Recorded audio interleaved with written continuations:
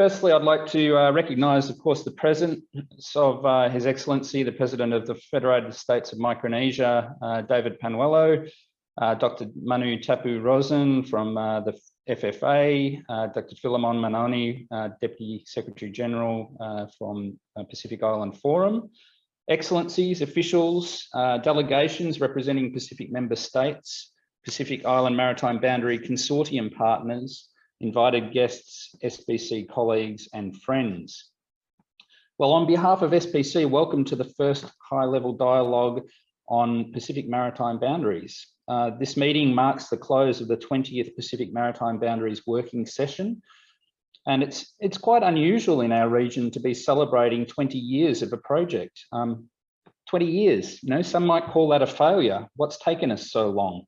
But if you haven't already gathered from the speakers that came before me, I hope many of you are beginning to understand the scale and the gravity of the task that we've been tackling. Finalising the maritime zones in our region is not administrative busy work. We're not simply ticking the box by implementing the UN Convention of the Law of the Sea. This is existential for us. Concluded maritime zones provide the legal foothold, ensuring that Pacific Islands retain sovereign rights to these zones well into the future. Those rights to fish and to sell fishing licenses, the rights to explore minerals and generate energy, the rights to establish marine protected areas and to enforce national laws. For a millennium, Pacific Islanders have been the custodians of this ocean space, and thanks to your stewardship, the Pacific waters and fish stocks are amongst the healthiest in the world.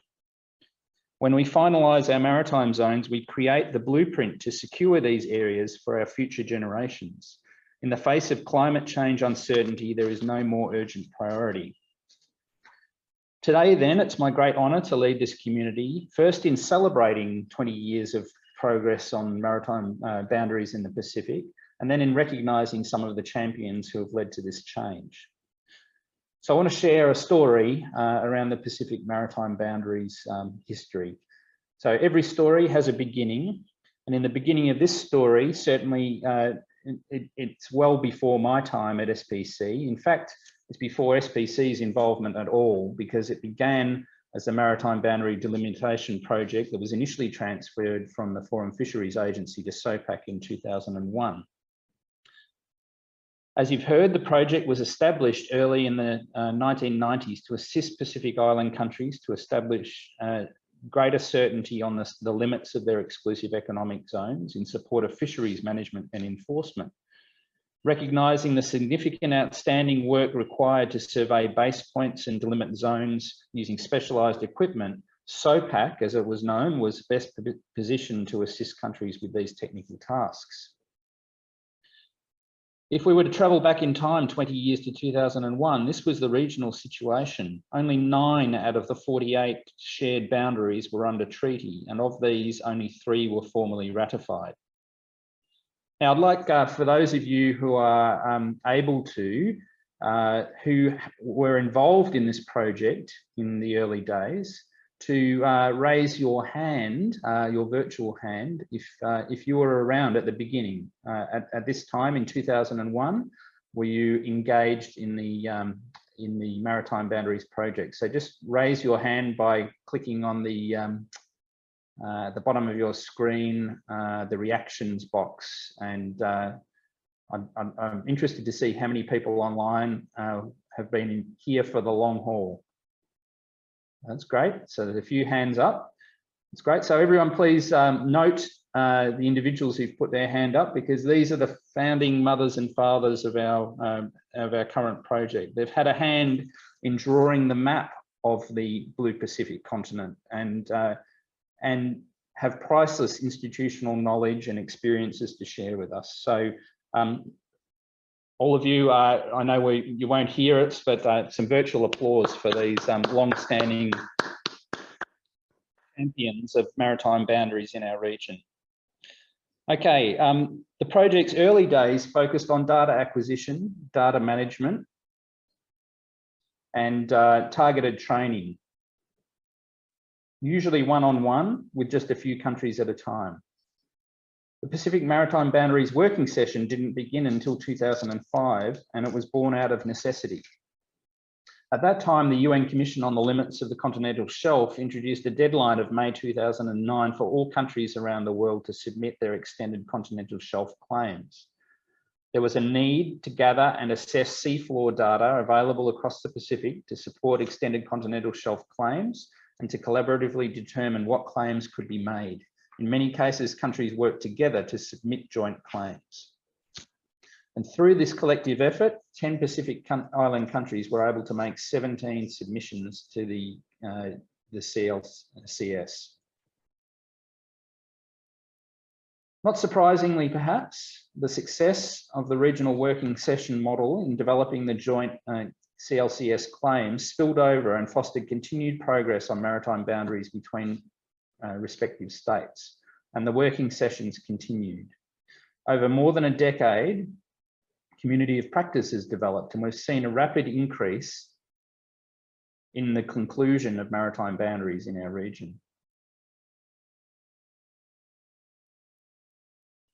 So great meetings. From 2010 to 2020, 15 maritime boundary treaties were signed between states, more than in any other previous decade since the law of the sea was adopted. The practices of sharing data and lessons learned, the opportunities for closed-door bilateral meetings, and the trust built amongst negotiating teams contributing to these successes.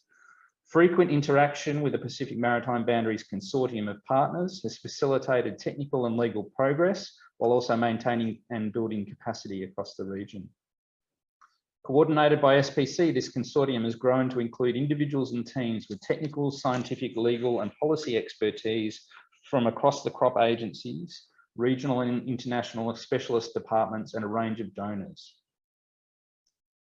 Okay, wonderful progress in the region. If we return to the image of the region in 2001 and then fast forward to 2021, we see a very different picture.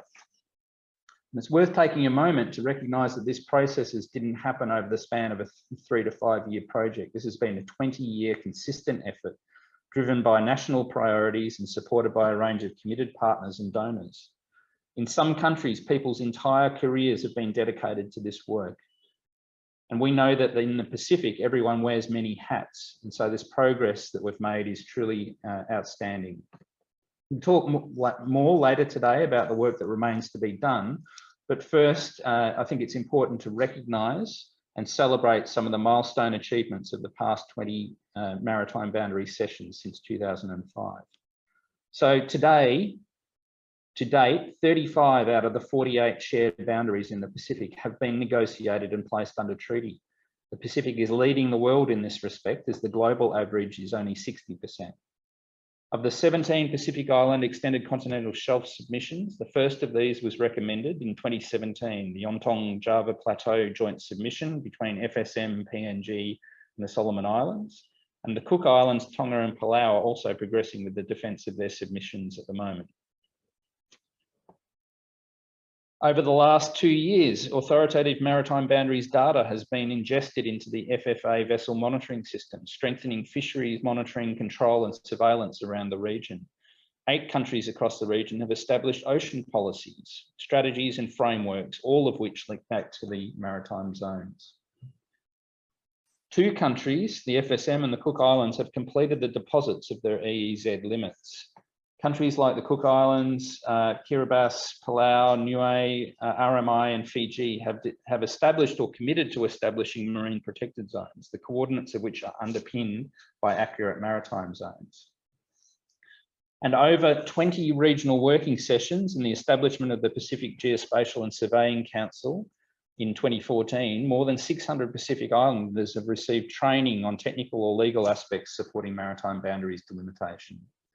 Surveying, hydrography, drone operation, GIS, mapping, legal drafting, national capacity has been significantly increased across our region in the past 2 decades. We're also seeing increasing numbers of women in this area, both on legal and technical ends of the spectrum. The last in-person working session was 43% represented by females, and the current chair and vice chair of the PGSC are both women. So this is really positive for our region.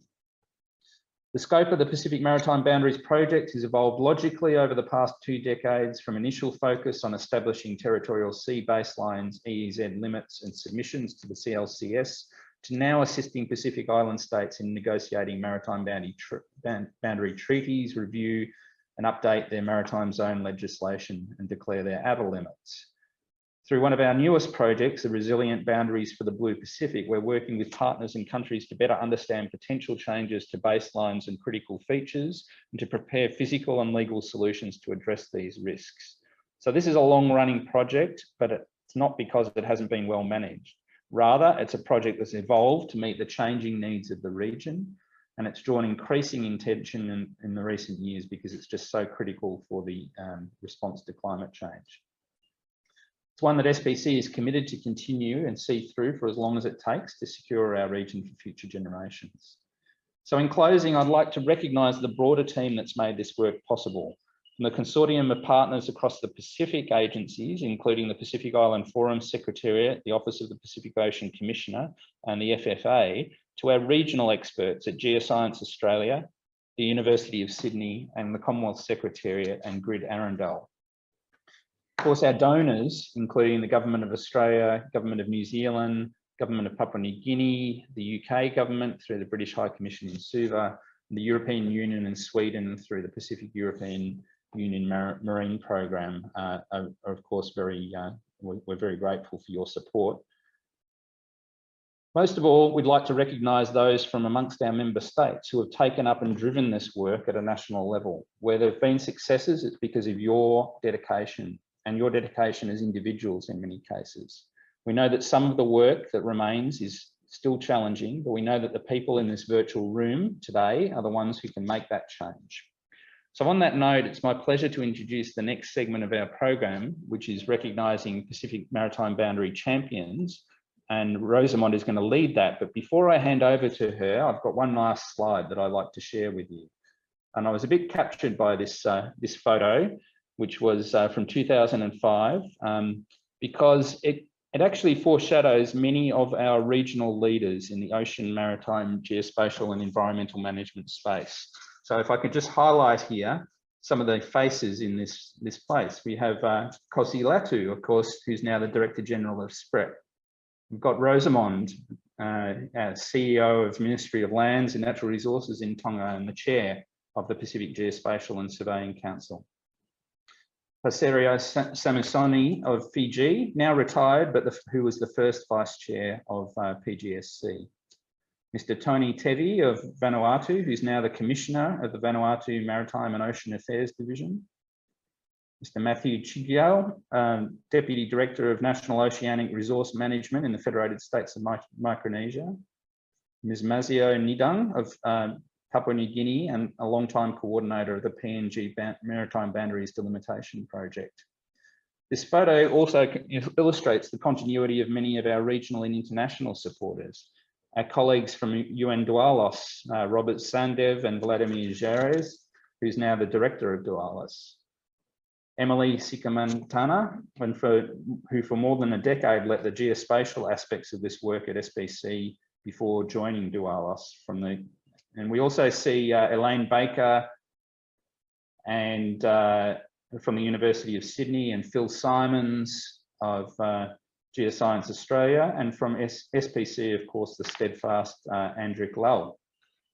So often in development, we focus on the outcomes, on the deliverables, the hospitals built, the policies enacted, the SDGs achieved, and the tangible changes. But in so doing, we mustn't forget it's the people who drive these changes.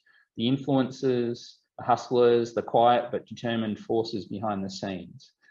In communicating and in delivering something larger than themselves, these individuals' lives are forever changed, and it's something that we've still not found a way to measure with any metrics that I know of.